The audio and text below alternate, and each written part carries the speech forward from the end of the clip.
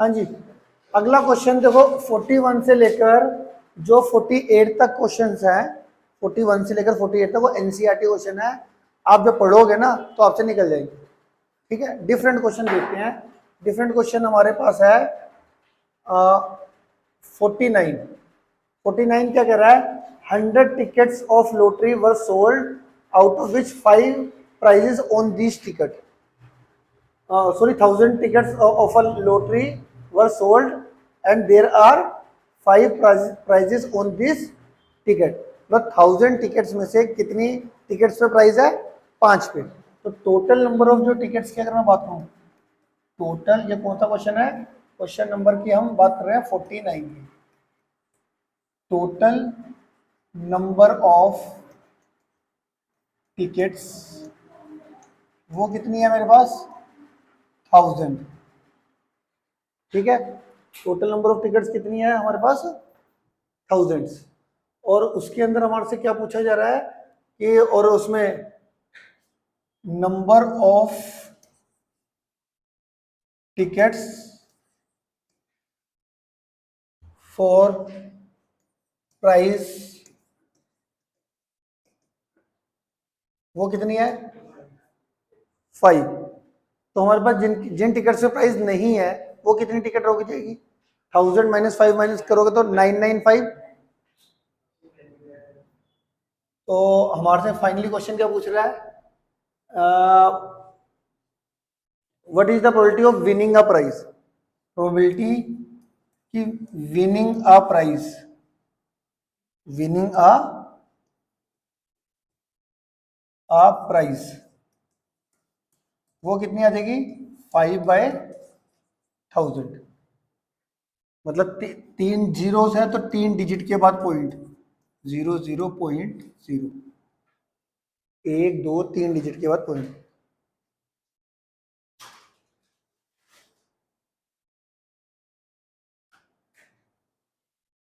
इसको आप ऐसे भी लिख सकते हो, number of ticket in which price.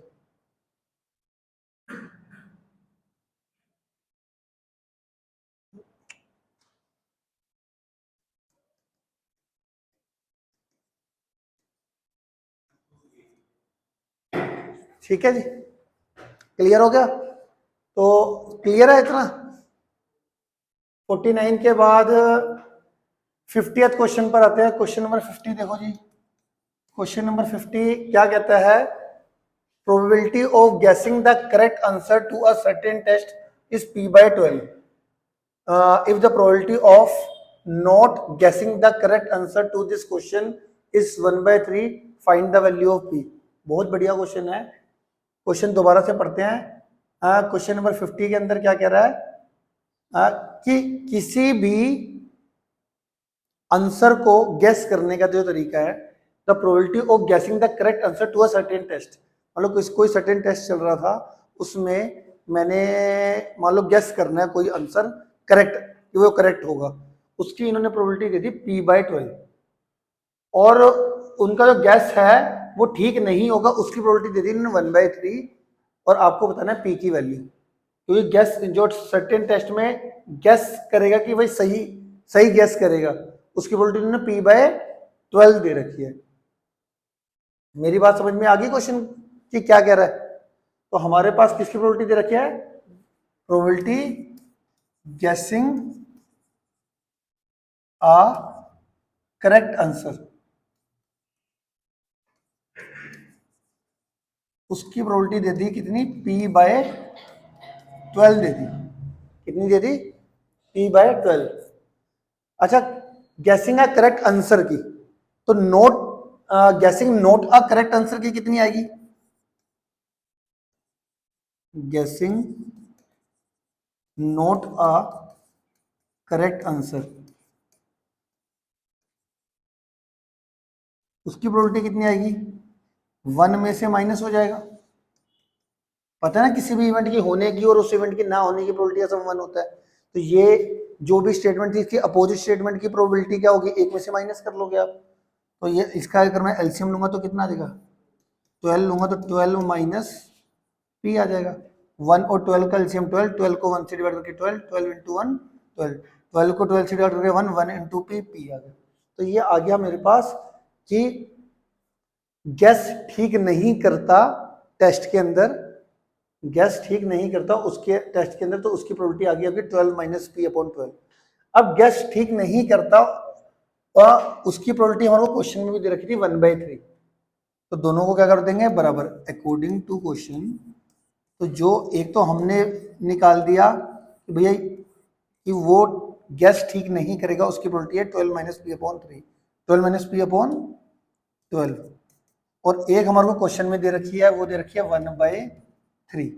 Cross multiply करोगे तो आपका आंसर आ जाएगा। ये 3 से ये 12 के कितना हो जाएगा 4, क्रॉस मल्टीप्लाई करोगे तो कितना आ जाएगा 12 minus P is equal to 4, और 12 माइन ये p को इधर ले जाओ, 4 को इधर ले जाओ, 12 minus 4 is equal two plus P, p की वैल्यू आ जाएगी प्लस का 8। दोबारा बताऊं कि आ गया समझ में? किसी बच्चे को नहीं समझ में आया दोबारा से पूछ लो। देखो मैं दोबारा से बताता हूँ क्वेश्चन में क्या दे रखा है आपको। क्वेश्चन में दे रखा था आपको, क्वेश्चन नंबर 50 के अंदर आपको जो गिवन था वो था, क्वेश्चन नंबर 50 में था कि मान लो कोई सर्टेन टेस्ट चल रहा है और उसमें उसने गैस करना है, तो उसका आंसर करेक्ट होगा, उसकी प्रोबेबिलिटी दे रखी थी p/12। मतलब समझ रहे हो, तुक्का मारा और उसका आंसर करेक्ट होगा, उसकी प्रोबेबिलिटी कितनी थी p/12। और क्वेश्चन में दे रखा था कि भैया उसका तुक्का गलत होगा, उसकी प्रोबेबिलिटी थी हमारी 1/3। उन्होंने कहा p की वैल्यू निकालो। तो अब देखो उसने प्रोबेबिलिटी दे किसकी रखी थी p/12 की, भैया अगर वो गैस करेगा और वो ठीक होगा आंसर उसकी ठीक p/12, तो अगर वो गैस करेगा और ठीक नहीं होगा तो उसकी प्रोबेबिलिटी कितनी हो जाएगी, एक में से माइनस करके आ जाएगी 1 माइनस p/12।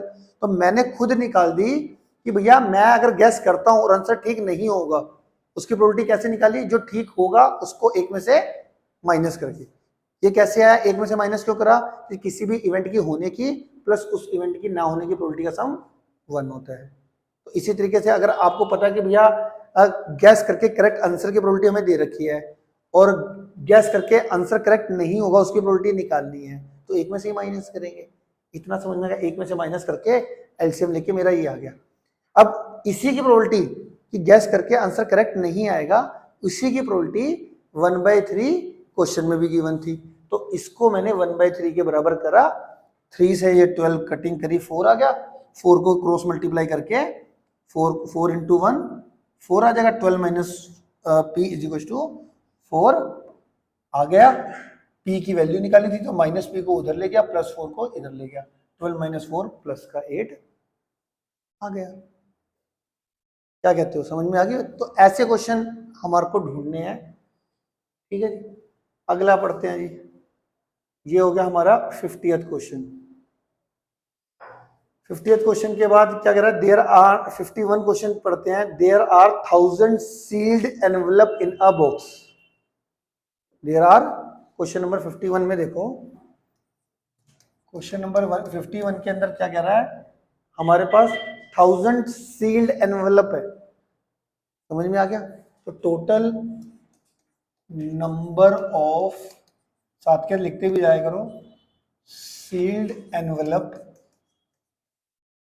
वो कितने हैं 1000, वो कितने हो गए 1000। ठीक है जी, उस 1000 सील्ड एनवेलप में 10 of them contain cash price of 100 rupees. 10 of them contain a cash price of 100 rupees. तो हमारे पास उसमें से जो 10 एनवेलप है, 10 एनवेलप, तो 10 एनवेलप पे जो कैश प्राइस है वो कितने का आएगा 100 रुपीज का। तो number of envelope in which cash price कितना 100 रुपीज, वो कितने हैं 10, सॉरी, ठीक है। 1000 में से 10 ऐसे एनवेलप है जिन पे जो कैश प्राइस है वो कितना है 100। ठीक है जी, और इसके आगे चलते हैं जी। and 100 of them contain a cash price of 50, और इसी तरीके से 100 ऐसे हैं जिनमें कैश प्राइस कितना है 50 रुपीज का। Number of envelope cash price कितना हो गया 50 रुपीज का, वो है 100। ठीक है जी। And 200 of them contain a 10 price of 10 rupees. 10 rupees का जो कैश प्राइस है वो कितने एनवलप है, वो कितने दे रखे हैं 200। ठीक है, पहले लिख लिया करो पूरा। And rest do not contain any cash price, और बचे हुए जो एनवलप है उसमें 1 रुपए का भी कैश प्राइस नहीं है। If they are well shuffled and envelope it's picked up out, what is the probability that it contains no cash price? तो पहले क्वेश्चन समझते हैं, बाद में आंसर देंगे। देखो हमारे पास टोटल कितने एनवलप थे 1000 एनवलप थे। उन 1000 एनवलप पे उसने बताया कि 10 एनवलप ऐसे हैं जिन पर कितने कैश प्राइस है 100 रुपीज कैश प्राइस है, और 100 रुपीज का कैश प्राइस वाले कितने 50 रुपीज का कैश प्राइस करने वाले कितने एनवलप है 100, और 10 रुपीज का जो अपना 10 रुपीज का कैश प्राइस जितने एनवलप पे है वो कितने ऐसे एनवलप है 200। तो पहले इतना समझ में आ गया डाटा। अब अगर मैं बात करूं, देखो 100 रुपीज कैश प्राइस वाले एनवलप कितने हैं 10, 50 रुपीज कैश प्राइस वाले एनवलप कितने हैं 100, और 10 रुपीज कैश प्राइस वाले कितने एनवलप हैं 200। अगर मैं सिर्फ इन तीनों को ऐड कर लूं तो 200 310 आ गया। कितना आ गया 310। अब अगर मैं करूं कि भैया number of envelope in which no cash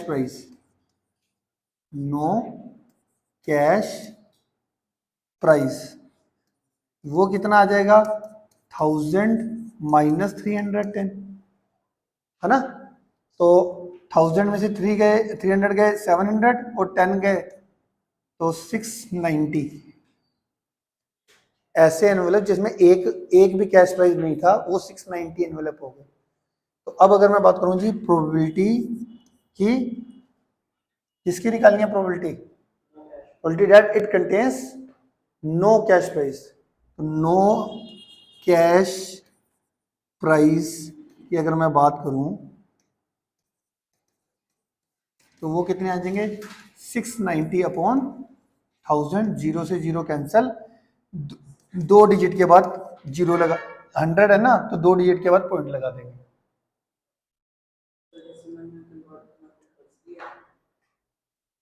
जितना सिंप्लीफाइड फॉर्म में मैंने कल भी बताया था, जितनी सिंप्लीफाइड फॉर्म में आप लिख सकते हो उतनी सिंप्लीफाइड फॉर्म में आपने लिखना है।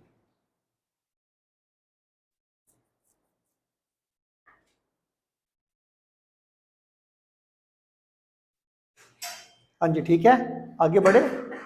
आ गया question.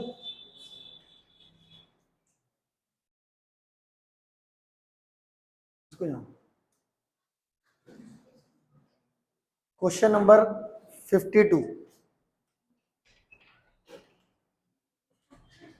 Question number 52। Question number 52 में बात करते हैं अ bag contain a slip number from 1 to 100। A bag contain slip, एक बैग के अंदर स्लिप है, उस स्लिप में नंबर कहां से कहां तक लिखे हुए हैं 1 to 100। ठीक हो गया जी। इसके आगे पढ़ते हैं क्या कह रहा है। If Fatima chooses a slip at the random from the bag, it will either be an odd number or an even number since the situation has only 2 possible outcomes, so the probability of each is 1/2, so its probability is 1/2। Question समझ में आया? फिर से एक बार repeat करते हैं question. Total हमारे पास एक बैग के अंदर कितनी स्लिप्स थी 100 स्लिप्स थी, और 100 स्लिप्स के अंदर उस हर एक स्लिप में 1 से लेकर 100 तक नंबर लिखे गए। अब उसमें से एक स्लिप सिलेक्ट करनी थी, मतलब 100 स्लिप्स में से एक स्लिप निकाली, और वो स्लिप में बता रहा है कि ओड नंबर की प्रोबेबिलिटी भी 1/2 है और इवन नंबर की प्रोबेबिलिटी भी 1/2 है। ठीक है जी। अब आपको पता है भाई 100 जो नंबर्स होते हैं 1 to 100 के अंदर नेचुरल नंबर के अंदर तो आधे इवन होते हैं आधे ओड होते हैं।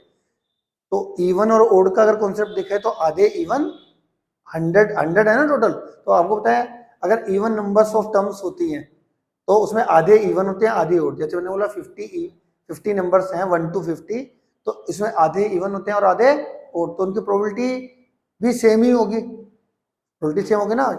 तो 100 में से 50 इवन है और 50 ओड, तो इवन की आने की प्रोबेबिलिटी कितनी होगी 50/100 1/2।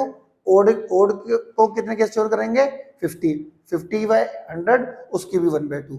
बट इसका रीजन क्या देना है आपको, जस्टिफाई योर आंसर कह रहा है, तो आप इक्वली लाइकली आउटकम्स बोल सकते हो। आप क्या बोल सकते हो, दोनों को सेम केसेस फेवर कर रहे हैं ना, तो आप क्या बोलोगे यहाँ पर जो हमारी इवन नंबर्स है और ओड नंबर्स है वो क्या है, are equally likely, therefore probability is 1/2 same. कर लोगे इसको, ठीक है।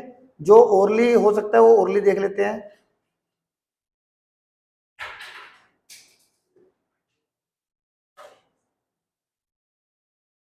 एक क्वेश्चन देखते हैं 53, क्वेश्चन नंबर 53 देखते हैं। क्वेश्चन नंबर 53 में क्या कह रहा है, in a family having 3 children, in a family having 3 children there may be no girl, 1 girl और 2 गर्ल और 3 girls, so the probability of each is 1/4, is this correct and justify your answer।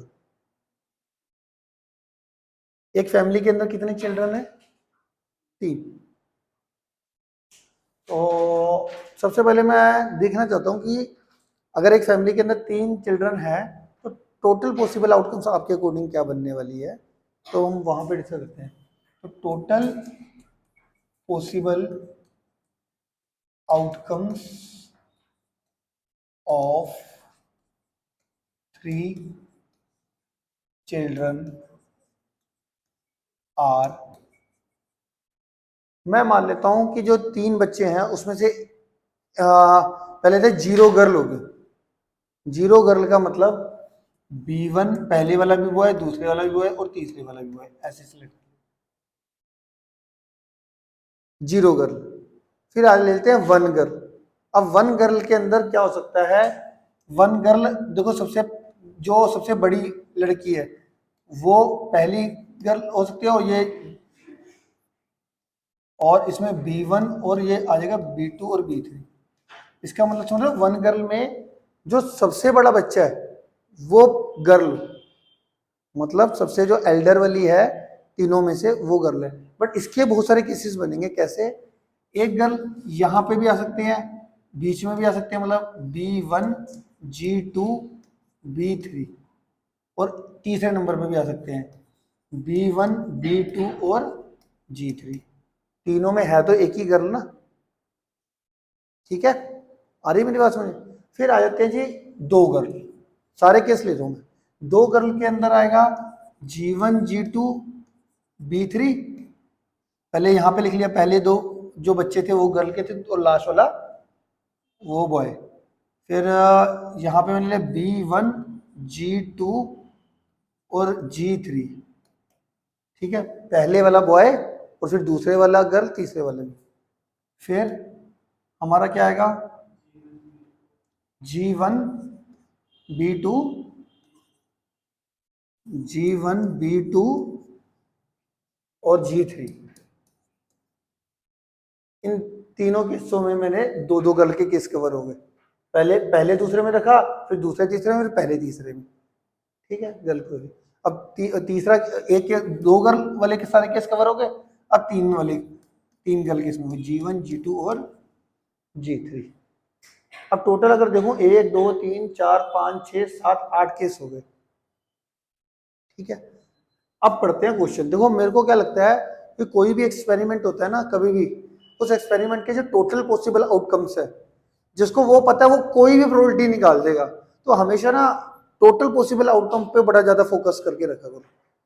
इस बार 10th का question थोड़ा, 10th का जो question paper आया था वो बहुत टेढ़ा मेढ़ा आया था, मैं आपको बताऊं, अब तक का अच्छे लेवल का पेपर आया था इस बार। तो उसका मतलब एनसीईआरटी से बात नहीं पड़ेगी, आपको इस तरीके के क्वेश्चन करने पड़ेंगे, ठीक है।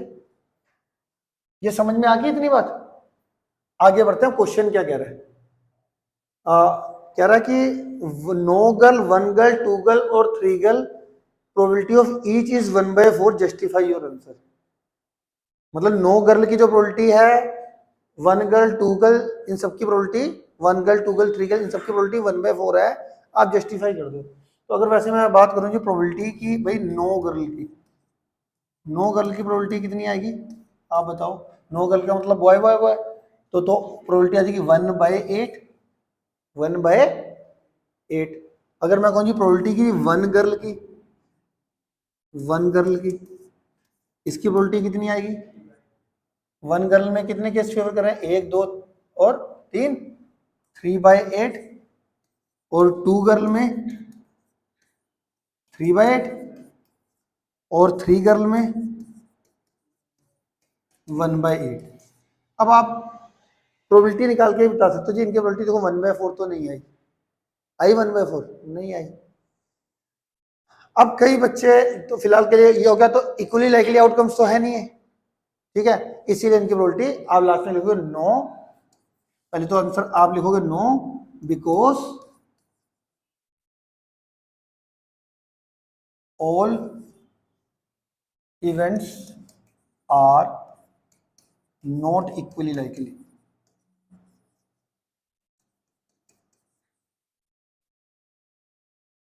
ठीक है।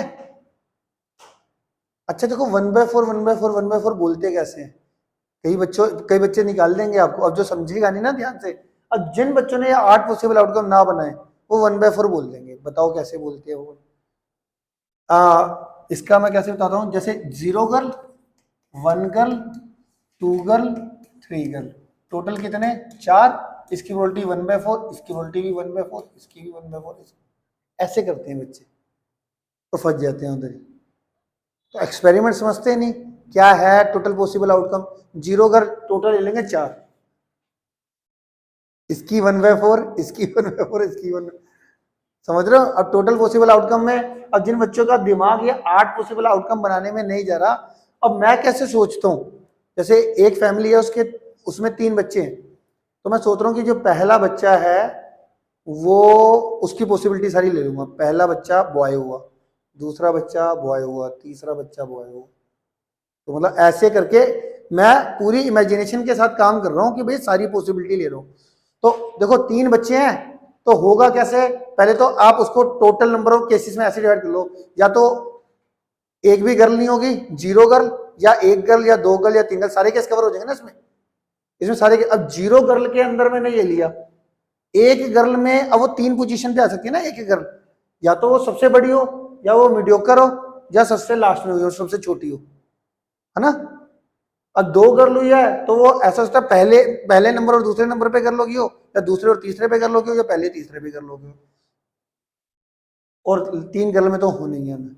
तो समझ रहे हो मेरी बात, इमेजिनेशन। अब मैं कह रहा हूँ कि बच्चों का मैथ्स का पेपर इसीलिए तो खराब होता है।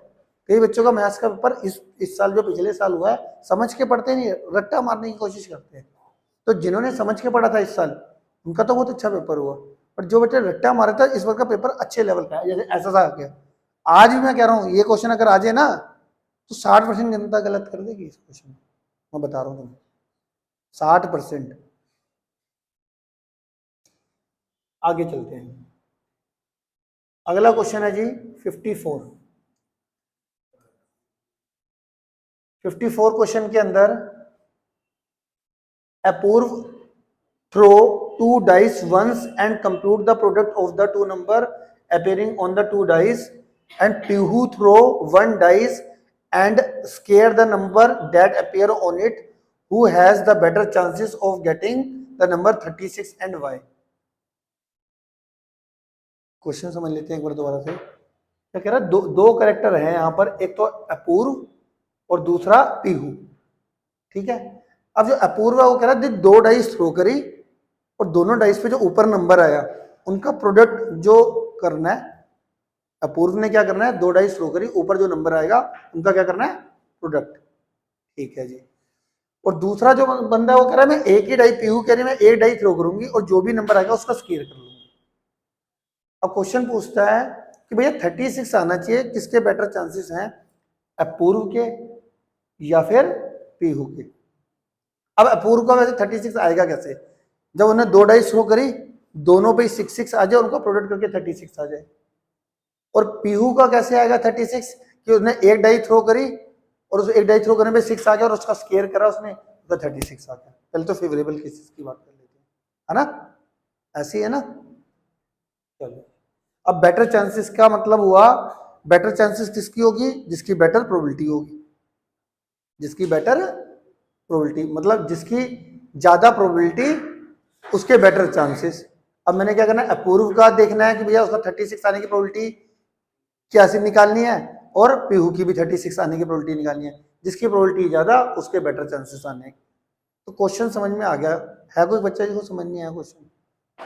ठीक है, तो सबसे पहले हम समझते हैं इसके अंदर अपूर्व के।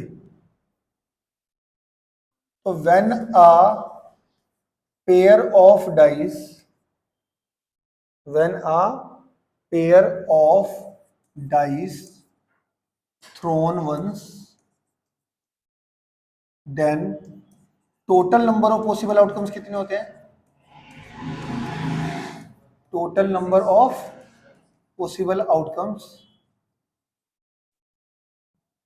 36। सबको पता है एक पेयर ऑफ डाइस थ्रो करा तो आपको पता है 36 किस मन में पता है ना कौन से होते हैं? 1 1 1 2 1 3 1 4 1 5 1 6, फिर 2 1 2 2 2 3, इस तरीके से 36 केसेस बनते हैं। अब मैंने बोला था भाई अपूर्व की 36 आने की प्रोबेबिलिटी क्या होगी? Probability getting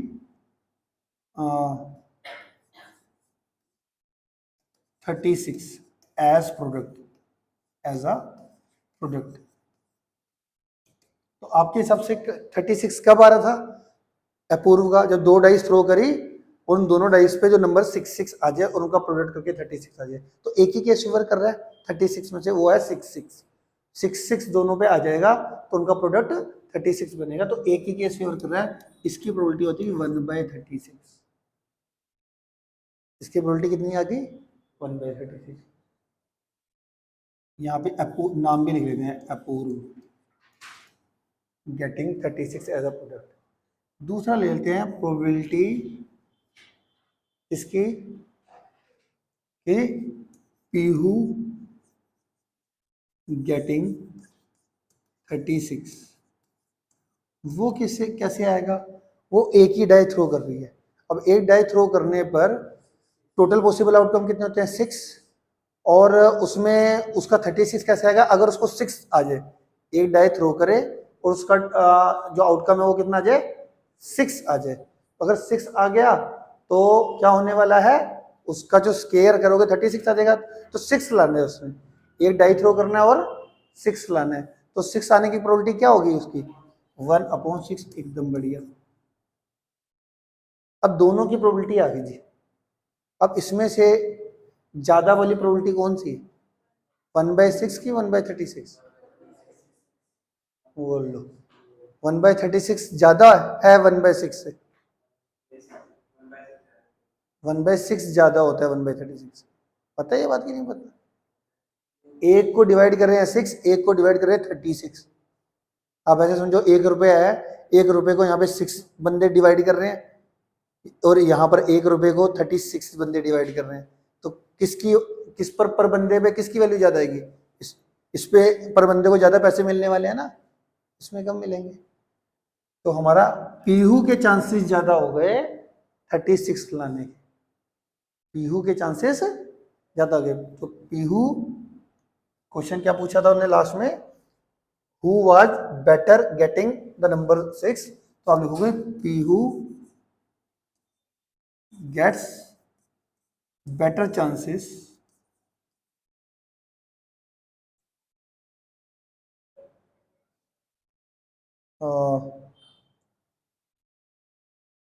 Pihu better getting the number 36।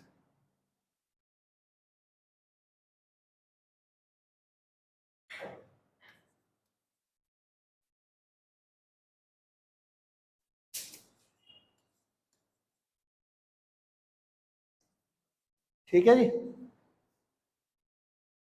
Then Apoorva,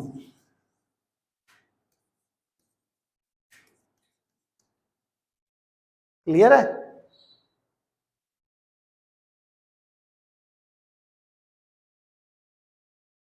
question number 55। अब जिससे पूछूंगा सिर्फ वो उतना जो आसान क्वेश्चन है उसमें जो भी मुझे लगता है ना मुश्किल चीज हो सकती है वही पूछूंगा और छोड़ दूंगा। इसमें मुझे क्वेश्चन नंबर 55 एनसीईआरटी लग रहा है, बट इसमें मैं आपसे वैसे ही पूछ लेता हूँ। 11 to 136 लक्ष्य कितने नंबर होते हैं? 11 टू, बोल रहा हूँ लक्ष्य कितने होते हैं?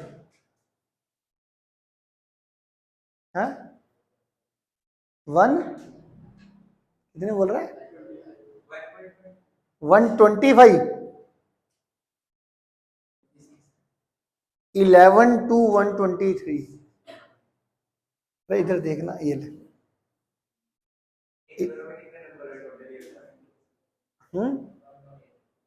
118। चलो और कोई बच्चा कौन ट्राई करना चाहता है? हाँ भाई दोस्त, लक्ष्य दूसरे वाला लक्ष्य।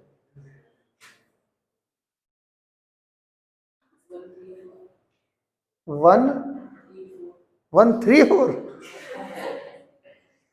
मैं देखा, अब मुझे पता टोटल नंबर ऑफ में ही गलती होती है, बाकी जो नंबर है वो लिख लेंगे। अरे भाई मेरी एक सिंपल सी बात सुनो, एक से लेकर 123 कितने होते हैं? 123, 134 कहां से हो जाएंगे नंबर? जिससे पूछो, बताओ बेटा। 113।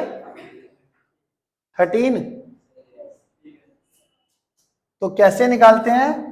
मैंने बोला था आपको इसमें से इसको माइनस कर लो, 123 माइनस 11 प्लस 1, तो कितना आ जाएगा ये? इसमें से इसको ये माइनस का 10 हो जाएगा ना, 113 आ जाएगा। मैंने कल भी बताया था, मैं बता रहा हूँ ये गलती करते हैं, टोटल नंबर ही गलत लिख दिया, टीचर ने जैसे देखा वैसे काट दिया। अब वो फेवरेबल और जिसकी प्रोबेबिलिटी निकालनी है वो देखेगा ही नहीं। मैं भी ऐसे ही करता हूँ, मैं तो सबसे पहले मेरे को पता है यहीं पे बच्चा फंसेगा, पहले अगर मैंने ये क्वेश्चन दे दिया ना, पहले तो टोटल नंबर ही देता हूँ, और ठीक लिखे भी आएंगे लिखे, वही गलत लिख दिया, साथ के साथ काटा। अच्छा फेवरेबल केसेस उसने जिसकी प्रोबेबिलिटी निकाली है उसके ठीक भी लिख दिया, तो भी मैं नहीं देखूंगा, काटा बस, टोटल नंबर ही नहीं काउंट हो इससे। बैठ जाओ, ठीक है जी।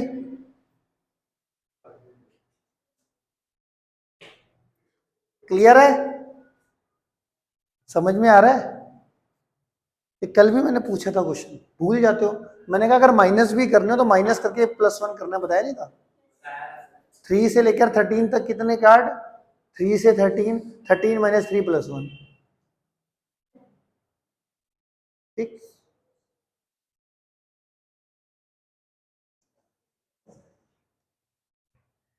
आ गया, चलो जी और बढ़िया क्वेश्चन देखो जी।